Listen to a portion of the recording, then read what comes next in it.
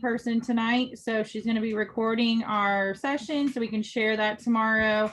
She's going to be watching the chat for questions this evening, and she's going to be helping facilitate that sharing and whiteboard session at the end. So as people keep coming in through the waiting room, if they do, she's going to let them in, and we're going to get started this evening.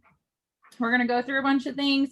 I'm going to be able to send everyone notes from these slides that we're going to cover this evening tomorrow as well with the recording. So if you want to share these with other club members or club leaders in your counties, or talk about them with your extension educators in your counties, please feel free to do so.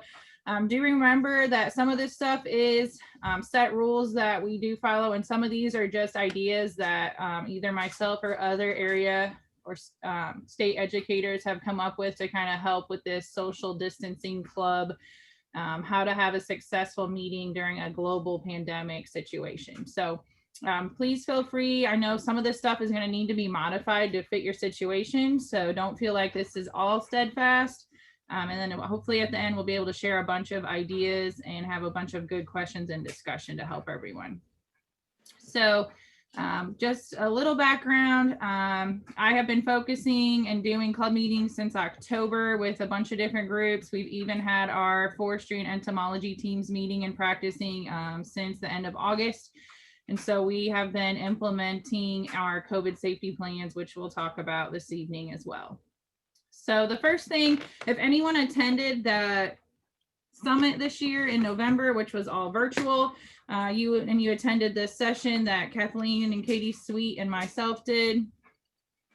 And we talked about these COVID kits. Obviously my county name's on it because this is the sheet that I stick in our kits. You can obviously make that your own county name. And they are also available on the summit site. So if you want to go to the Indiana website, Leslie might be able to put that link in the chat for you as well. This information is listed there with this sheet. And again, you'll get all this stuff tomorrow in our follow-up email. So those kits that we talked about, this is a simple idea to help with your COVID safety plans that we're going to discuss. These kits can be left in our situation. We have 2 buildings that our clubs use to meet. So we have 2 of those stored in a special area for our club leaders to get to. We also have a few kits that are checked out by clubs so that they can utilize them in offsites. Maybe they meet at a library or in a church basement or something like that. This gives them everything they need to have a successful COVID safety meeting. So these kits can be made in any way, and you can have anything in them that you feel you need to have that successful plan. This kit is the example one that was sent to some of the summit sites. It's just a clear plastic tote. Some of ours are in bags. It doesn't really matter what they're stored in as long as everything in there can say sanitized and safe from moisture or anything like that in your facility. So the first thing in there, which your safety plans right now are more than likely going to have, is that temperature taking aspect. And so we were able to purchase the thermometers, the thermal ones. Those are the easiest and safest way to go about that. If this is something that you feel your club is capable of getting and putting together these kits, or you feel like your 4-H councils or discussing with your offices some of these ideas, that's great too. The attendance sheets, when we were having our entomology and forestry teams meeting, these sheets were kept in more of a book form, and those were utilized all the time. So we kept those in their safety kits because they were meeting week to week.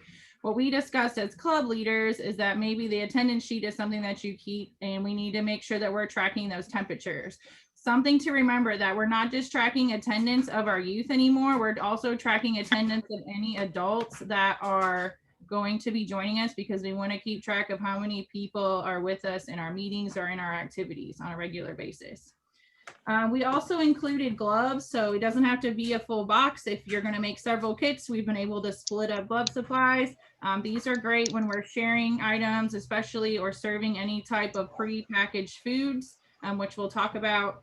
Obviously, we want to have extra masks. I have a junior leader who knows she has to have one, doesn't fight me to wear one. She just never comes in my meeting with one. So I'm always prepared with extra masks to give them out for her.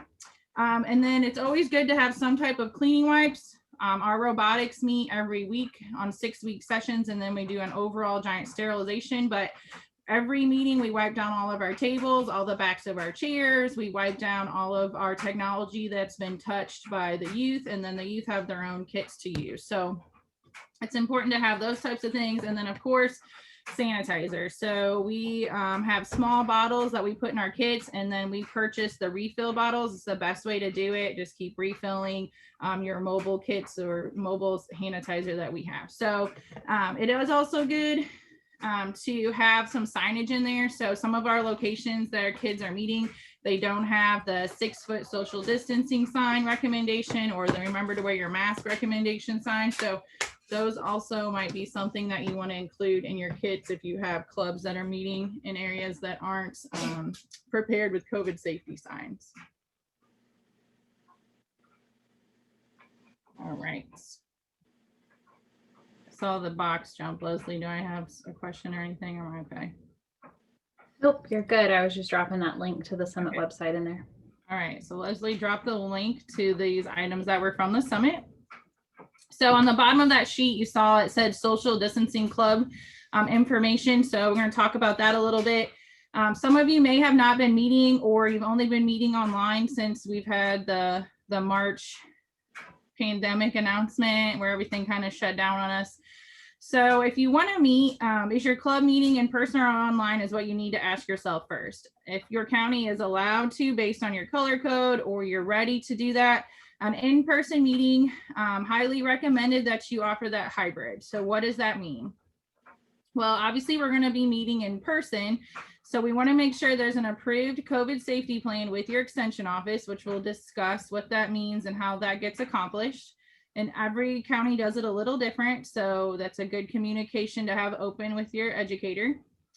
Another part is, do you have a virtual link set up if you're wishing for those to participate online? So we do have some families out there that maybe aren't ready to come out and meet in person. Maybe they are in quarantine because they got quarantined from school, or their family's in quarantine from a work situation. We don't know, and we don't have control over that. So we want to try to stay as inclusive as possible. And to do that, we might need to offer that hybrid, which would be providing a link to our families, whether it's Zoom, Google Meet, whatever platform you're comfortable with. And then, do we have all the cleaning supplies available like we talked about in our kit at our facility? Something to remember with hybrid meetings, this is not a solo operated event.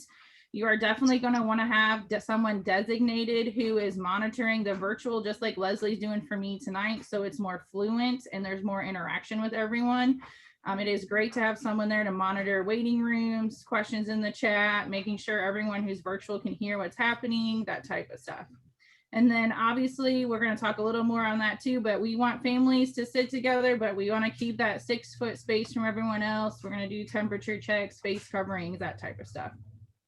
If you're meeting virtually only, your office may be able to help you with a link if you're not comfortable setting up your own room, or you can utilize your own, whatever you're more comfortable with. But obviously the virtual platform is less in-depth detail as far as preparation and what you're going to need for that COVID safety aspect.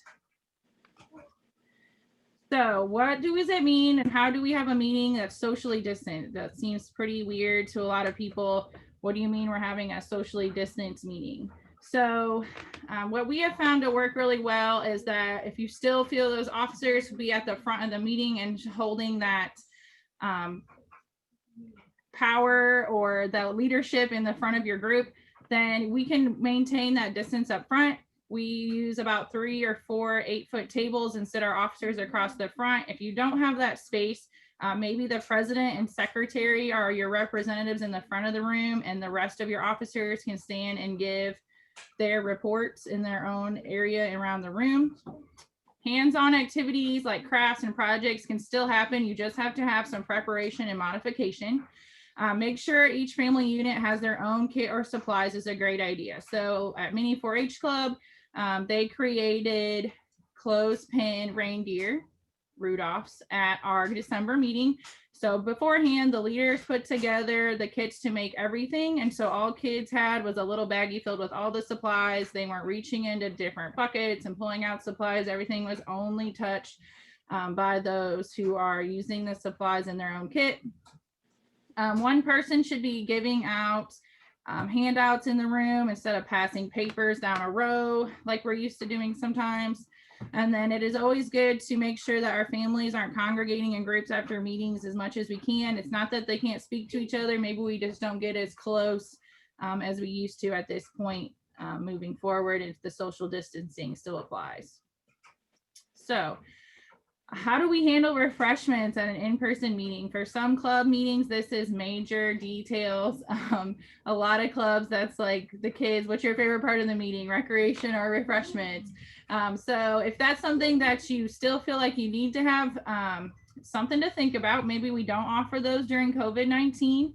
If they can be store-bought or homemade. All drinks and food must be pre-packaged. So if you look here in the right-hand side, this is going to be our new food policy for everything. So if you are having something pre-prepared and say you wanted to make chocolate chip cookies at home, all those things need to be pre-packaged for each individual person.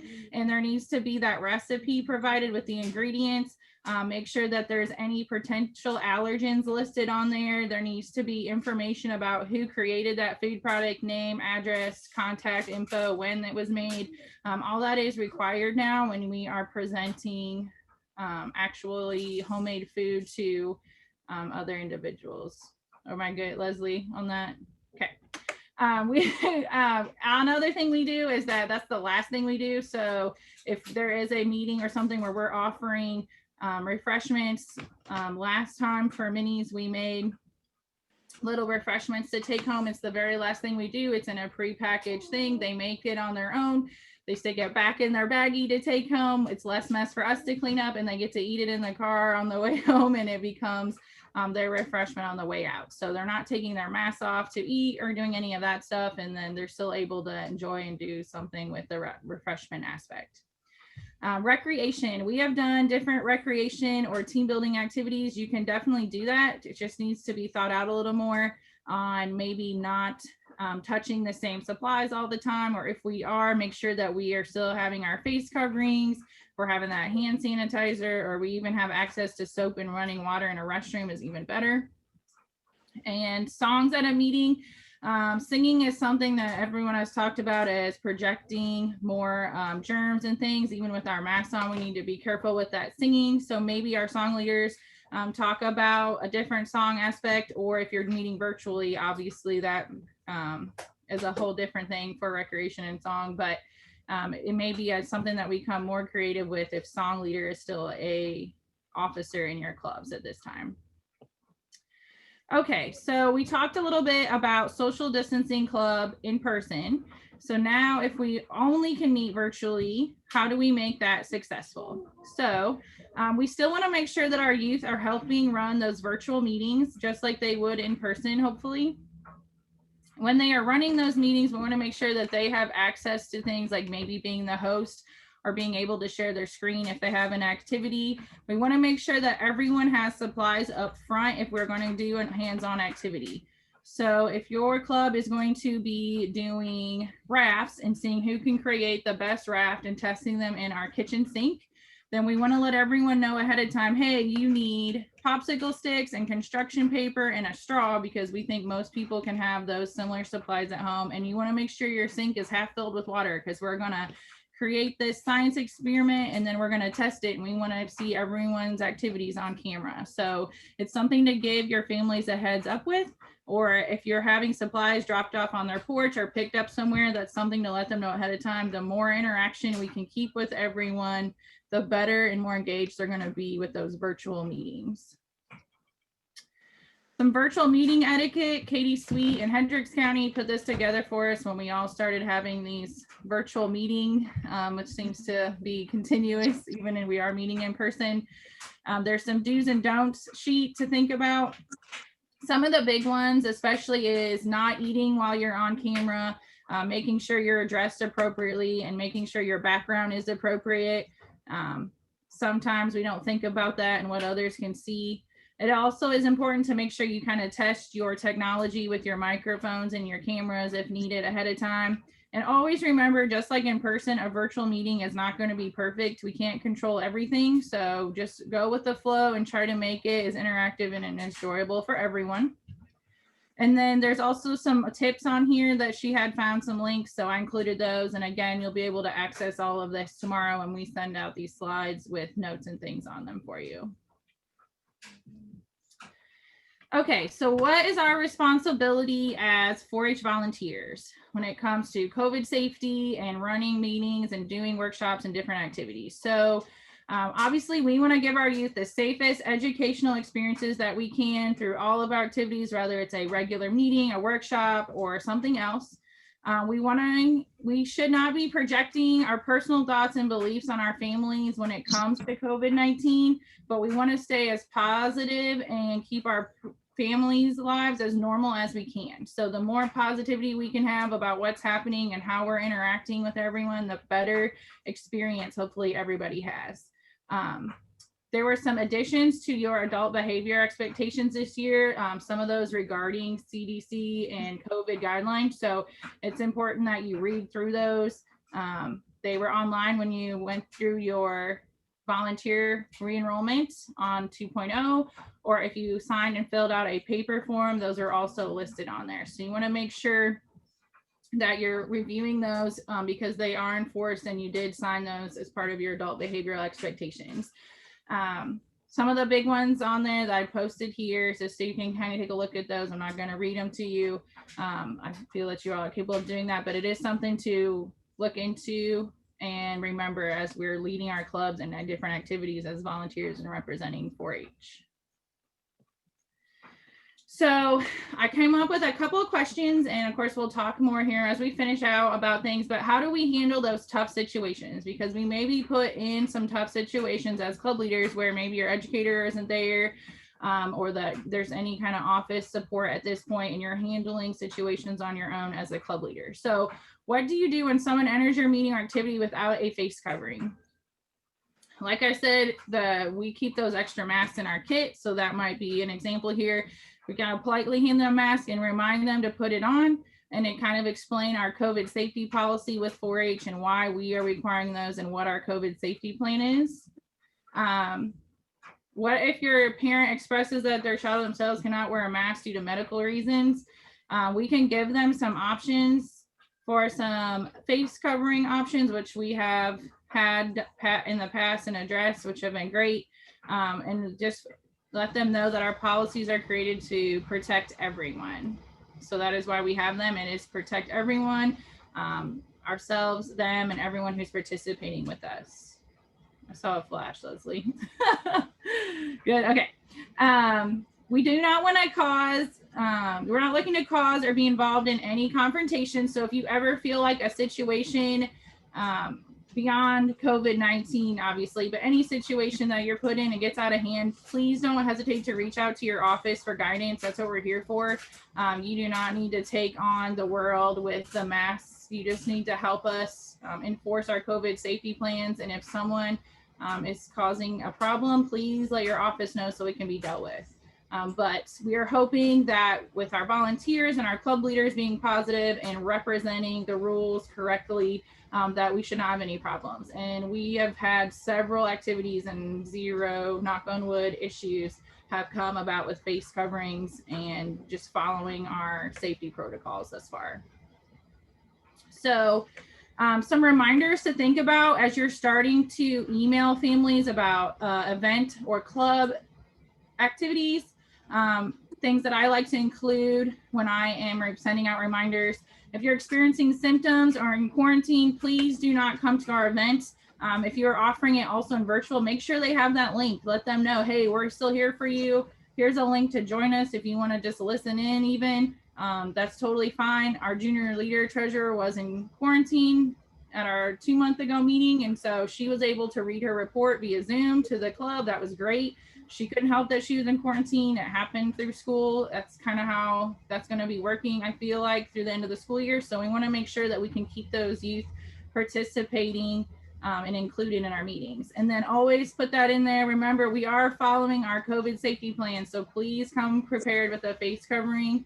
If we just keep enforcing that we're using our COVID safety plans and reminding families, they will start to just do it out of routine and not even think about it. So just a couple little notes to think about placing in those emails, or however you send reminders out to your families, just to keep them in the thought of what's going on with our COVID safety. So we've had some discussion about COVID safety plan. Go ahead, Leslie. Is that what the question was? No, I just, whenever you get a chance, can you talk a little more on how to offer a hybrid event, such as what equipment might be needed to make it successful for those attending in person and virtually? Sure can. Let's we'll do that before I hit that safety plan then. Okay, so some equipment to think about if you're doing hybrid. If you have a computer that has a dual camera, which means you can use a camera facing me, or I can flip it around to face the crowd. That's one way, a piece of equipment. If you don't have that type of camera in your computer, an additional camera may be needed, and your offices may have this equipment for you to loan. So don't go out and purchase something. Check with your office before you go out and make technology purchases for your club or yourself.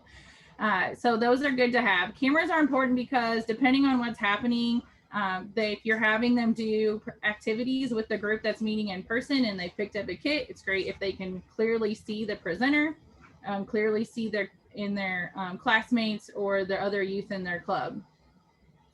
So that kind of keeps them more included when they can at least see everyone.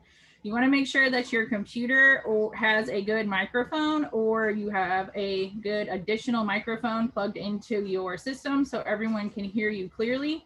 As you can see, Leslie has a headset on, which is great when you're working one-on-one and presenting, because she can hear clearly and you can hear her better because she has that microphone near her face. However, when you're presenting in a giant room, that doesn't always work out very well to hear. So it is good to have that good microphone, especially if you're in a building that is large and it may echo. You may have to play around a little bit with what type of system is going to work for that facility as far as that goes for everyone to hear. The person monitoring, like Leslie is this evening, just needs to be able to use the system. So if they are used to Google Meets and you're using Zoom, that may not be the best way. They may need to be more familiar with whatever system you're using to do hybrid. So they want to be able to answer chat and have the youth online participate with the group as much as possible. And so that's important. And it does not have to be an adult. So if you have teens or other youth that are very fluent in Zoom or Google Meet and they would like to sit and monitor chat and help facilitate, that is fantastic. So don't feel like it needs to be another volunteer or an adult all the time. You'll be surprised how much kids know about virtual learning, obviously, now. And so that's another aspect for that. Katie, can I add something in there? Go for it. So some clubs have also found that it's been helpful. You know, Katie mentioned before that maybe song leader is a tough fit this year. Well, some of your clubs may look at actually setting like a technology chair, your junior leaders, that might be a good fit, that's their officer role, and that can be a job that they do. In addition, I really encourage you to check with your extension offices. I know several of us have bought equipment, like I bought a conference room mic and a conference camera to use. So see what they have for you. And if they haven't done that, maybe they just haven't thought anybody would use it. So touch base with them and see if there's a little bit of funding to help purchase some of that equipment to make your job just a little bit easier. Another thing to think about is if you have access to put those online, especially if their cameras are on, which hopefully you're encouraging if they can, so we can see them. I feel like that makes them more included, just to project them up on that screen or that TV if you're in that type of room or situation. That way the kids who are in person can see the kids who couldn't join us in person, but they can still have that association with each other. I know when we first started doing virtual only meetings, kids were so happy just to see each other's faces because it had been such a long time since they've been able to interact with each other. So those are just some kind of tips there to think about when you're trying to do those hybrid meetings, but it does take a little bit of preparation and thought and planning to make sure that you have those links set up and that you're prepared for someone to help monitor that for you while the meeting is happening.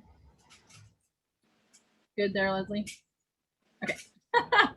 Okay, so we talked a lot about what our COVID safety plans are, and we kept saying COVID safety plan. So what is that? So some of you may have already discussed some of these with your extension educator. Some of you may not have done that yet.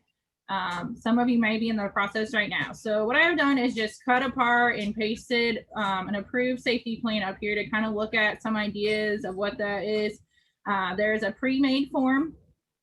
Your extension educator is responsible for submitting that. This is not something that should be submitted directly from the volunteer status. So while it is great that you're helping throw out ideas, give data and information to fill it out, that needs to be submitted through the office to our safety email that it gets sent to be approved by the director. So we want to make sure that you're not sending them directly because it'll not come back good, and we just want to make sure we're following the protocol and getting everything approved. And these should be done 3 weeks prior to an event that you're having to be approved. One great idea is if you have a bunch of clubs that meet in a facility, one facility, and you're using it, do one plan for everyone that's using that building. That's the best way to cover everyone. You don't need to write 10 different ones for 10 different clubs using the buildings. We just need to get one so that all those clubs using that facility know what they're doing while they're using the facility for their meetings, workshops, or events. And so you can see it's asking you what you're going to do for social distancing, what are you going to do for cleaning, what are you going to do for communication and signage, who's going to be there, and then what is your plan for registration and attendees. I think some of the harder ones are what are you going to do when you know someone is showing symptoms or not feeling well at your meeting? How are you going to address that? And we can talk about that a little bit later when we start sharing ideas and questions. But this is just a sample one that's been approved. You want to make sure that you're utilizing things like, yes, we love face coverings or masks. Yes, we love hand sanitizer. Yes, we're going to have this signage posted. We're going to make sure that we are taking temperatures and attendance like we talked about. Those are all things that once your COVID safety plan is approved, it's great to kind of go over that with all the club volunteers and making sure your families are understanding why and what we're doing with those plans. And that is, in the end, to just keep everyone safe and being able to still participate in 4-H in person or hybrid. So definitely get with your extension educator if you haven't, and make sure that those plans are good to go for whatever facilities you're meeting in, so that you can go ahead and have your in-person or hybrid meetings if that's what you're ready to get going with. Okay, so we are good to start some idea sharing, and Leslie's gonna turn on she's gonna facilitate some whiteboard stuff. So I'll let her explain where you need to go.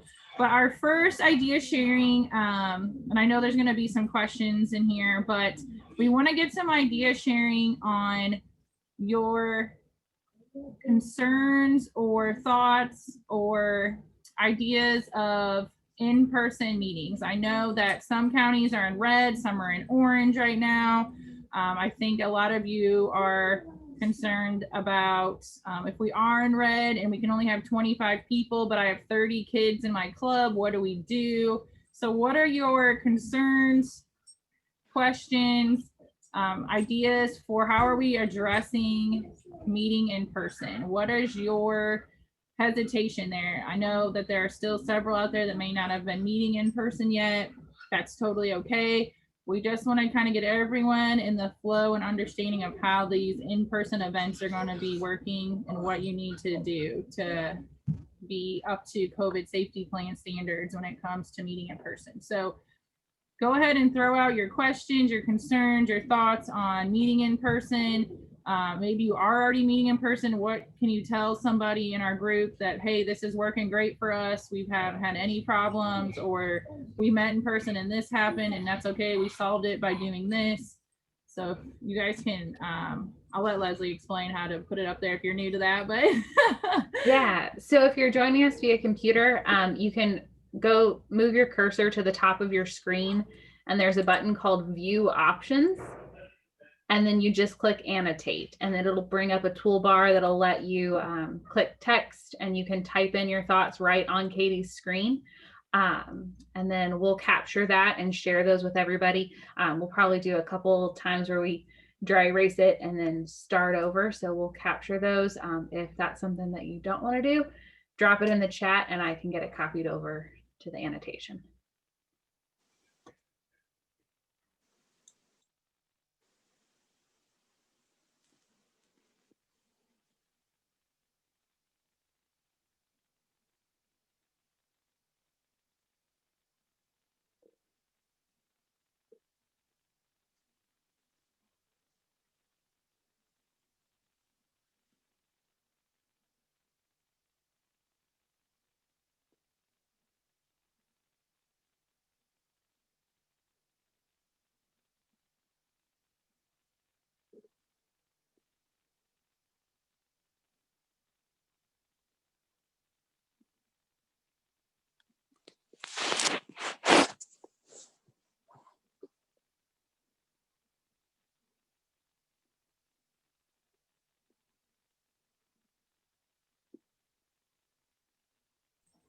Leslie, do you want me to talk about that concern that's up there?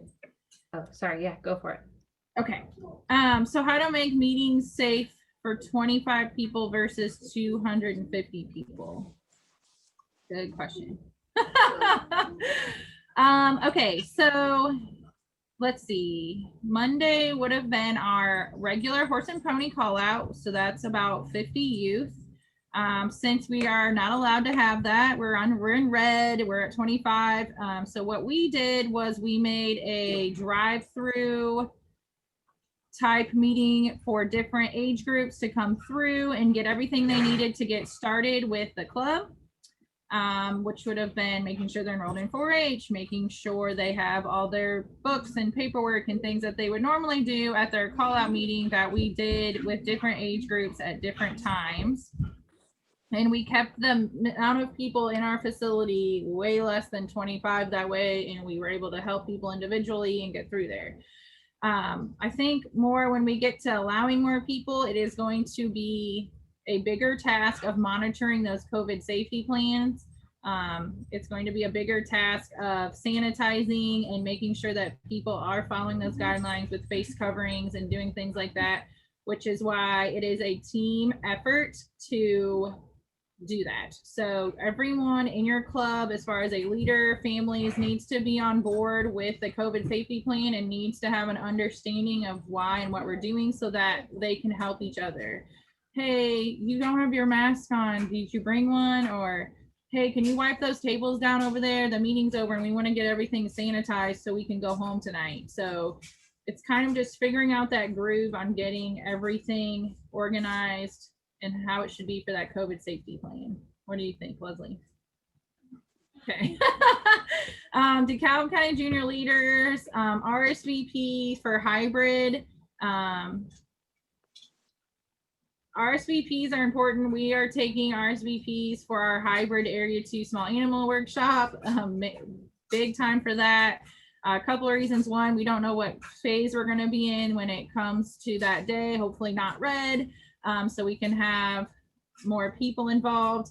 Also, it helps when you're figuring out if you even need to have the hybrid or what kind of platform we need to be using if we're going to have a bunch of people joining us virtually. It definitely helps keeping track of those numbers. During normal meetings, many 4-Hers went in a small group to work on projects. Should they stay with their families now that full time? Okay, so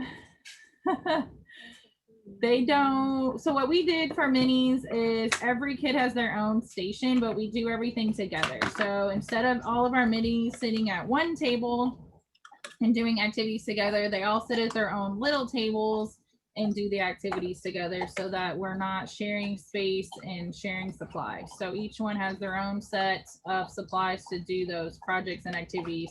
So they can definitely be together as minis. We just keep them together apart. If that makes sense. The drive-thrus have worked for a lot of counties to do things with. So it doesn't have to just be the kickoff meeting. It could be to have a drive-through at different stations, and people get to do things in their vehicles. And then at the end, I know Hamilton County did that for their annual meeting this year. I think it went well for them to get their information out there. So it's something to think about. Our volunteer dinner this year was a drive-through. So volunteers came up and got their stuff and their food and drove away. I think they may like that better because they can just come get a meal and go home. So that may be the future for our volunteer dinner. I don't know about that.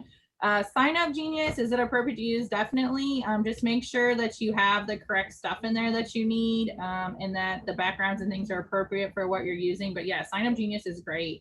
It's super friendly. It's phone friendly, so people can log in on their phones and use it. They don't have to be on the computer. We use it a lot for different activities, whether it's meetings or we're doing a service project in February for our women's shelter. So we did a sign up on there to bring certain supplies. Yeah, it's a great source to use for different things for your clubs, for sure.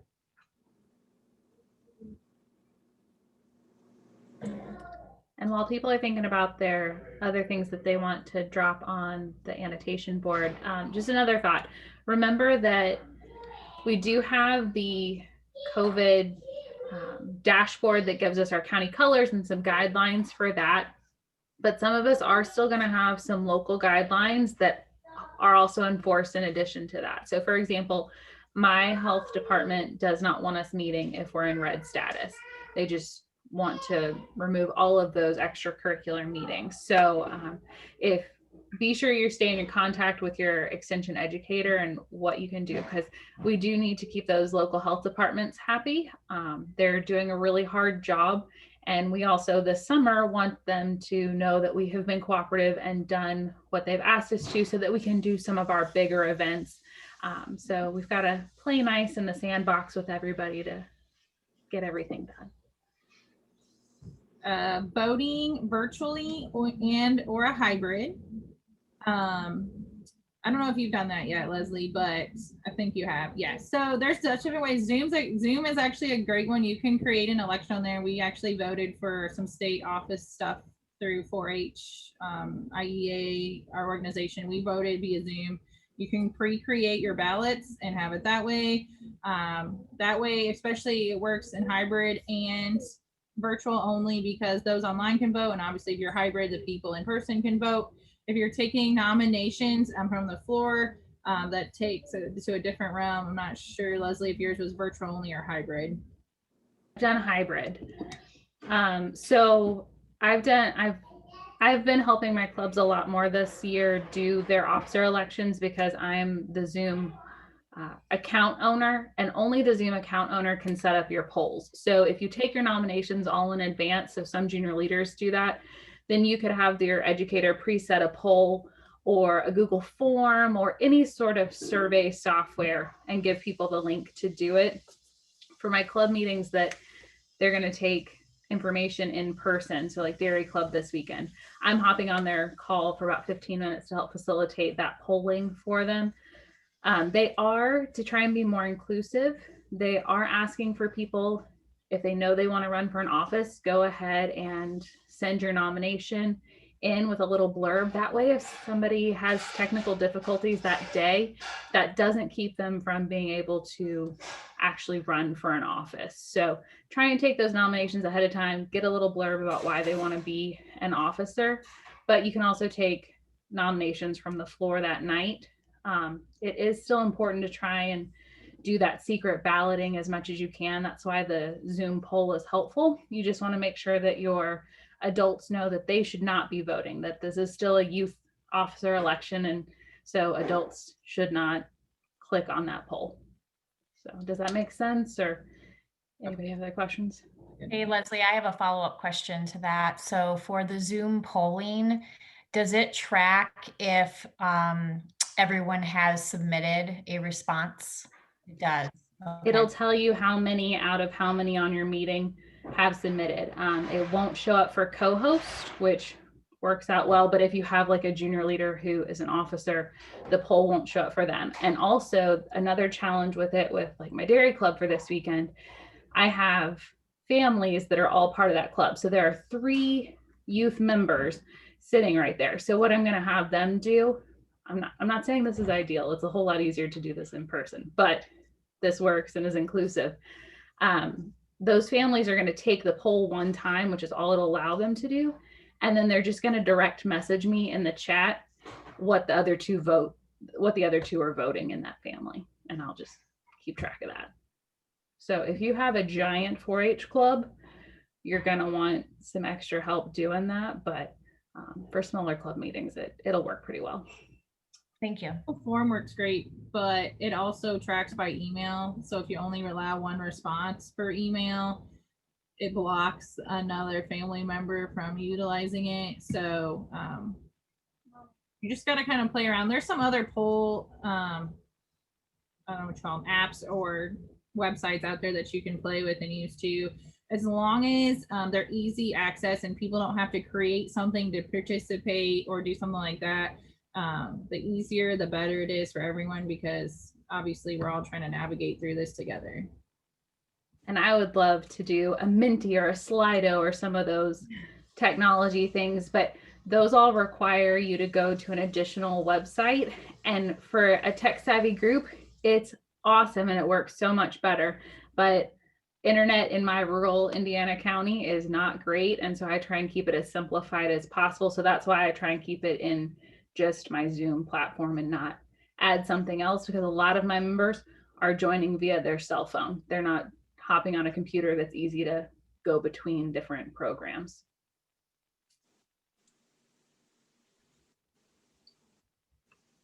Does anyone have any general questions they want to ask? They have anything they just want to figure out from our session tonight that they want to take back to their group, take back to other leaders, take back to their office, just have a discussion with your educator? The communication just needs to stay open. You want to make sure that you're following the rules and the guidelines. You definitely should not be meeting right now without your office knowing and without having that approved safety plan. That's a big no-no right now, so please don't do that. And if you have, just get to your office and get that COVID safety plan going and get that approved as quick as you can. So we're following those COVID guidelines. We're just here to help you share some ideas, to have some understanding of what's going on, what's the best way to be efficient with what's happening. So does anyone have anything? You can put in the chat, you can unmute your mic, share with us anything.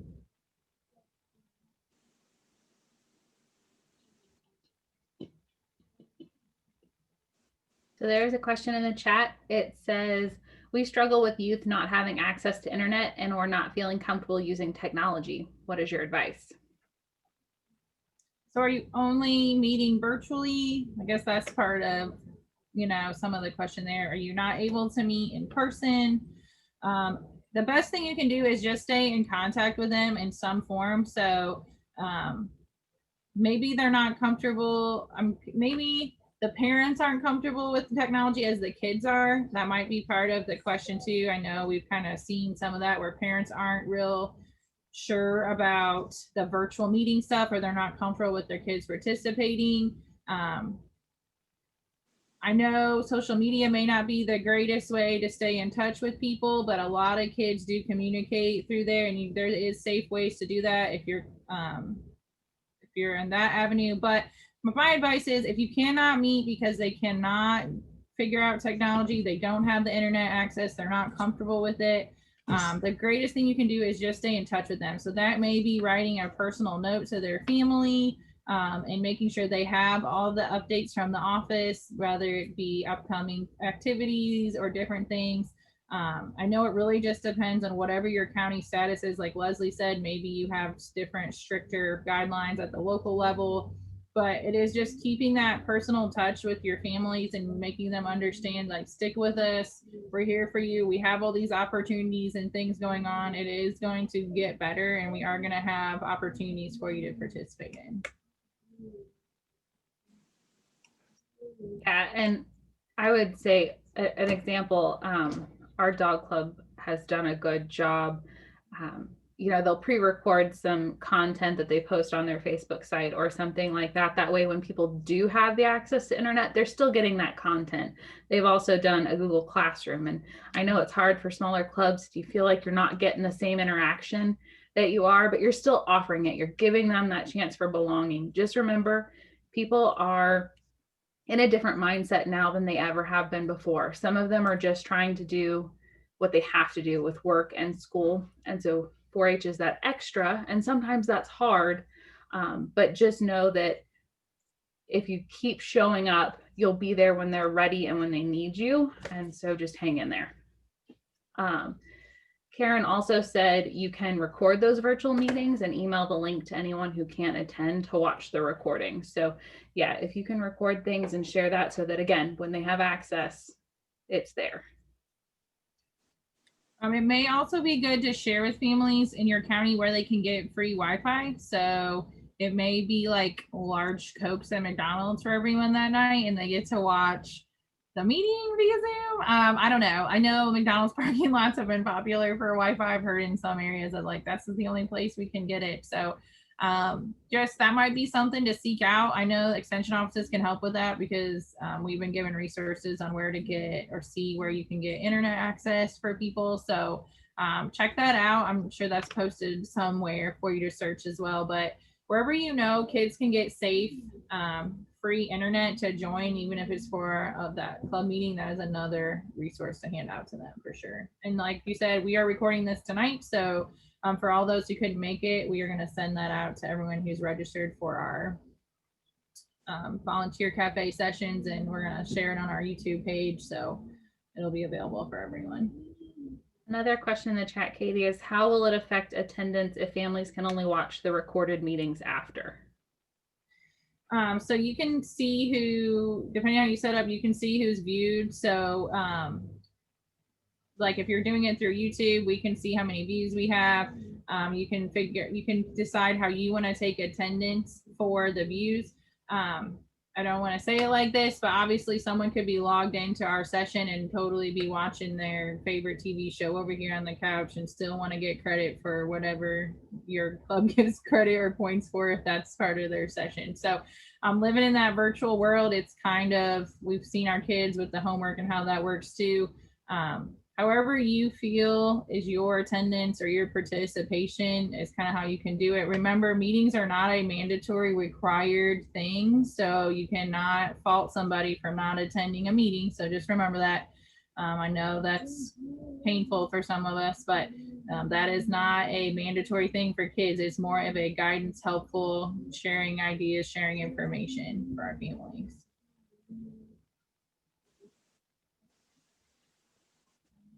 Good questions. Keep them coming in the chat or unmute your mic if you've got any. Yeah, I'll ask a question. This is Jim Bust. I'll ask a question about recording. I use the free version of Zoom, which I'm going to guess most people do.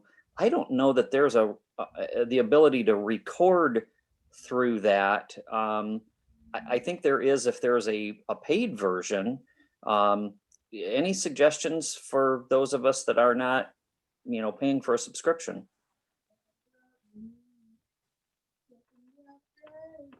I have an answer, but I was going to see if Leslie had one first. I don't know how legit my answer is. I have not played with luckily Purdue gave us the paid accounts pretty quickly on, so I haven't played with a free account a whole lot, but you can also have your educator set you up a Zoom link. So that's what I do for all my clubs. I go ahead and I set it up for them. And depending on how your office is doing it, they can either give you the host key, and whenever you log in, you claim host and you have all the hosting power that you would with your account, plus a little extra with our paid account. Or what I do a lot of time just to help make sure everything goes smoothly is I will log on at the beginning of that meeting a few minutes before the meeting starts. I transfer the hosting power and I just make sure that host feels comfortable. The other way is depending on your technology, there is screen recording. So if you are not having a tremendously long meeting. You can screen record, whether you're utilizing your phone or depending on your computer technology, there is a screen recording feature. So you can record your screen, which will give you whatever you're sharing in your meeting at that time. And Brad had mentioned that he was able to record it from their free account in November, and you very well might still be able to. I would check the Zoom information, but in January, Zoom, whenever COVID hit, Zoom like opened up all of their features on the paid accounts. They didn't limit the time and some other limitations. So as of January 1st, some of those limitations have gone back into place. So just know that Zoom has changed in January. So what may have worked for you in November may not be working right now.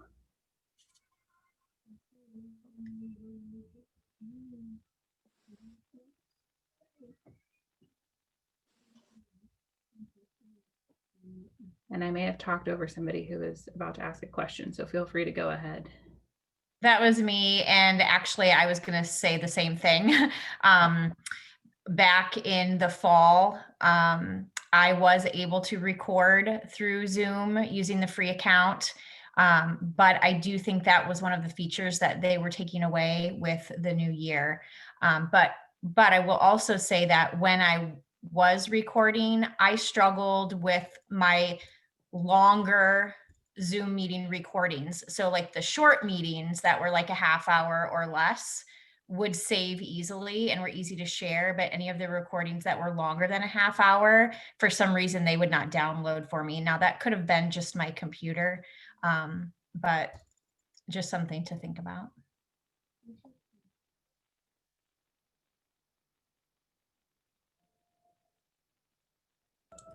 In the chat, Linda also shared that she has used DriveThru Meetings for club members to pick up their projects and supplies and just to check in. In the fall, they had a tailgate meeting where families decorated the trunks of their cars. It was nice to see the families. We played games and they could show off their fair projects. It was fun. Yeah, it's your time to get creative. Yeah, definitely. And get outside when that weather gets nice. Yes. Outside is the answer.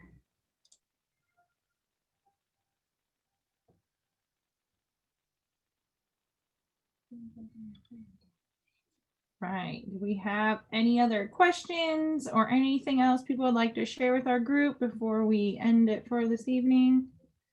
We've had a great session tonight. It's been almost an hour of us sharing our COVID safety and our social distancing club, as well as your idea sharing and questions. It's been a great feedback for everyone. If you think of questions afterwards, of course, that's when usually the good questions come in, is when we say thanks everyone, have a good night. Feel free to email us. We're happy to help you. Again, contact your county educator. Let them know you attended our cafe. Maybe there's something that we didn't touch on that you need, or when we send that email tomorrow, if we're missing a piece, they can reach out to us definitely, or you can, and we'll be happy to help you. We want to see all those counties start to get back together and participating in some form and getting our kids back into whatever the normalcy is going to look like as we trek forward here, because we are about halfway through January already. And so we want to get going with our year and get excited about 2021 4-H and see what all the great things we have to offer everybody.